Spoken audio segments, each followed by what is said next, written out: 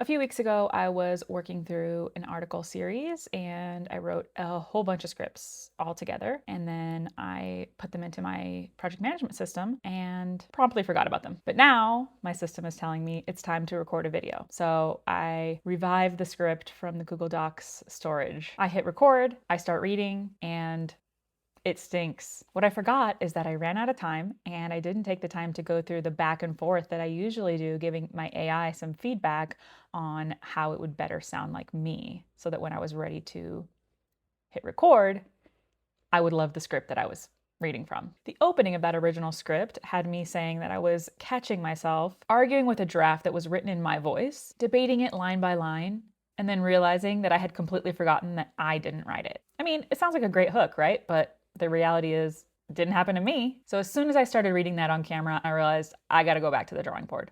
Because I have never once forgotten that AI wrote something and thought that I wrote it myself. So I decided to start a new conversation. I opened up Claude and I asked it where that detail came from. Turns out it was a hallucination. There was no source. The LLM assumed it, wrote it with full confidence, and handed it to me as my own memory. But I caught it because I read every draft. And what happened after I caught it is the skill that I want to teach you about today. Listen, I am the last person to pass off my writing as completely my own. I personally love using AI in my writing. I ask it to generate basic drafts for me on purpose because a blank page gives me nothing to work with.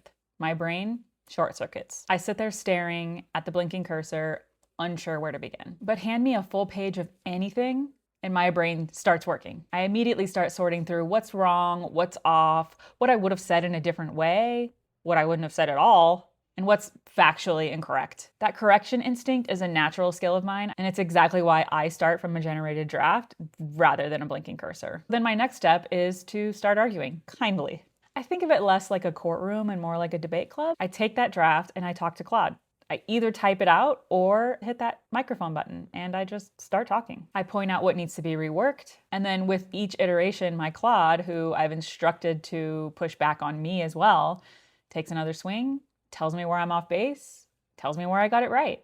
All the while, it's absorbing all of that information. And so we go back and forth until the piece is actually good. All of the important stuff that I'm trying to say happens in that back and forth, just like it would with a writer and a real human editor. And this is why I'm never going to publish my round one. Because really there's one thing that I cannot do. I just cannot read something that says something that I don't believe in and publish it under my name. I hope most of you are like this too, but I just refuse to misrepresent myself in the name of content marketing. That original script claimed a thought that I never had. And sure, nobody else would have caught it, but I would have known. And I think my audience would have known too in their own way.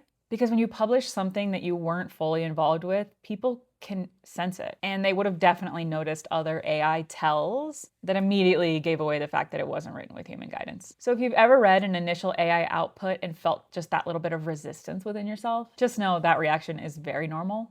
And it's a good instinct. You see, most people have been sold this idea that AI is a magic tool. It's like you've got this big machine in the middle of the room and you push the prompt in and it goes along the conveyor belt, and on the other side out pops this perfectly wrapped gift ready to be presented. But that's one of those expectation versus reality things.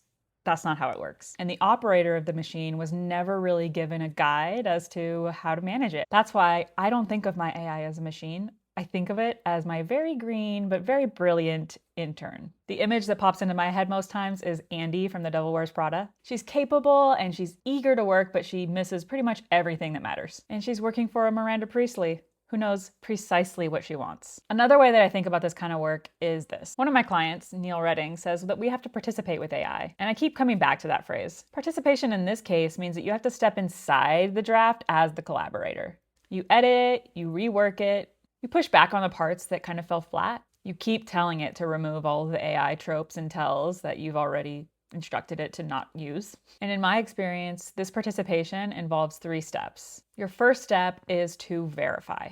Before you critique anything, before you sit down to hit record and have that conversation with the chat, make the AI show you what it understood about your work. Ask it to repeat back what it thinks the material you gave it said. This is where I would have caught that fake memory that AI made up before it even generated it. So check for understanding first, or you'll spend all your energy polishing a draft that was based on assumption that wasn't real. The second step is to correct. This is the arguing part. I like to say things like, That's not my angle. Here's what I'm actually saying, or here's how I'd phrase it. Tell it what's wrong and give it the context to fix it properly. Now, talking about context, step 3 is to give it just that. Tell your intern what it doesn't know. Give them the transcript of a story that you told on a client call last week. Maybe talk about an opinion that you hold that you've never actually written down anywhere. If the draft is flat, it's because you haven't infused any of your experience into it. So hand it over. I really think there's something missed when you type it all out instead of talking, because there's a filter that goes on in your brain when you go from thinking it to typing it.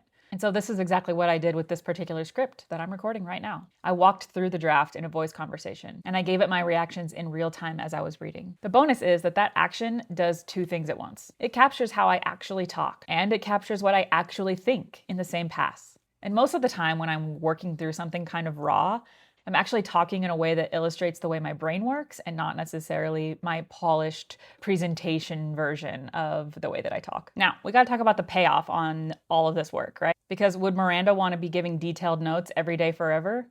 Absolutely not. She wants an intern who nails it on the first try, so when she goes to review, she can just take a quick look, trust that it's right, and move on. And that's the payoff of doing this well. Every correction you make, every opinion that you finally put into words, it all goes back into the knowledge base. And the next draft starts closer to the finish line. And over time, that feedback loop gets shorter. I believe that arguing with AI is the human part of this process. It means you care about your voice and your ideas, and that instinct is necessary to maintain the balance of control. Participating with AI is a skill, and it's the skill that separates people that are getting AI slop every single time from people that are able to generate real value with this technology. Everyone has the same tool. The difference is whether you manage the intern or blame it, and how long you're willing to stay in the room.